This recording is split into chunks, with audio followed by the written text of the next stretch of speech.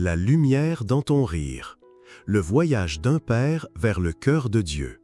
Par Michael Marco. Porté par la grâce. Les premiers instants d'une nouvelle étape d'apprentissage ont commencé avec l'arrivée de mon fils bien-aimé. Dès le premier jour, j'ai découvert que, dans ces tout premiers moments, il ne pouvait soutenir ni sa tête ni son cou. Je devais poser ma main derrière son corps fragile chaque fois que je le portais.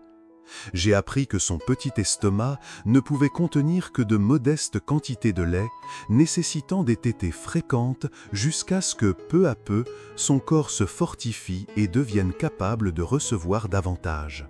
Lorsqu'il a commencé à faire ses dents, j'ai vu que la nourriture seule ne suffisait pas.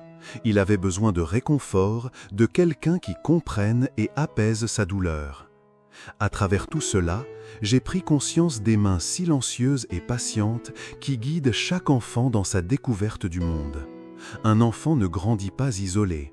Il y a ceux qui veillent, qui prennent soin, qui se sacrifient et qui aiment, s'assurant que ce fragile nourrisson deviendra un jour une personne prête à marcher dans la vie.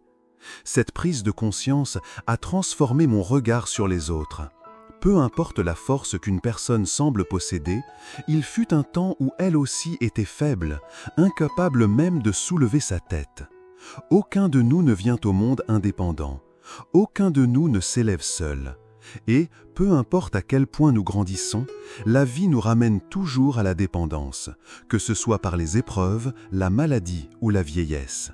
Un jour viendra où nos forces déclineront, où nous aussi aurons besoin d'une main ferme pour nous soutenir.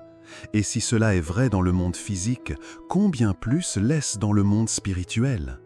Beaucoup pensent qu'ils sont autosuffisants, qu'ils ont bâti leur vie seuls, peut-être endurcis par des expériences douloureuses. Mais en vérité, nous avons tous besoin de celui qui nous a créés. Le Créateur connaît sa créature. Il sait quand nous trébuchons, quand nous avons faim, quand nous aspirons au réconfort. Il n'est pas un observateur lointain, mais un soutien toujours présent, la main invisible qui nous stabilise dans notre faiblesse, la force silencieuse derrière notre croissance. Accepter l'aide de Dieu n'est pas un signe de faiblesse, c'est un signe de relation. C'est le lien profond entre le Créateur et la créature, un lien qui ne s'achève pas avec notre premier souffle, mais qui se prolonge à chaque pas de notre chemin. S'appuyer sur lui, ce n'est pas renoncer à sa dignité, mais embrasser l'amour qui nous porte depuis le commencement. Je ne suis pas seul. Je ne l'ai jamais été. De la même manière que je soutiens la tête de mon enfant, Dieu soutient la mienne. De la même manière que je nourris et protège mon fils, il me nourrit, corps, esprit et âme. Il n'a pas abandonné sa création. Il continue de façonner, de guider, de pourvoir. Et dans cette vérité, je trouve la paix. Quel est beau de savoir que je suis porté, non seulement dans mon enfance, non seulement dans ma faiblesse, mais toujours. Quel est beau de réaliser que je suis aimé, protégé et profondément connu. Alors je rends grâce.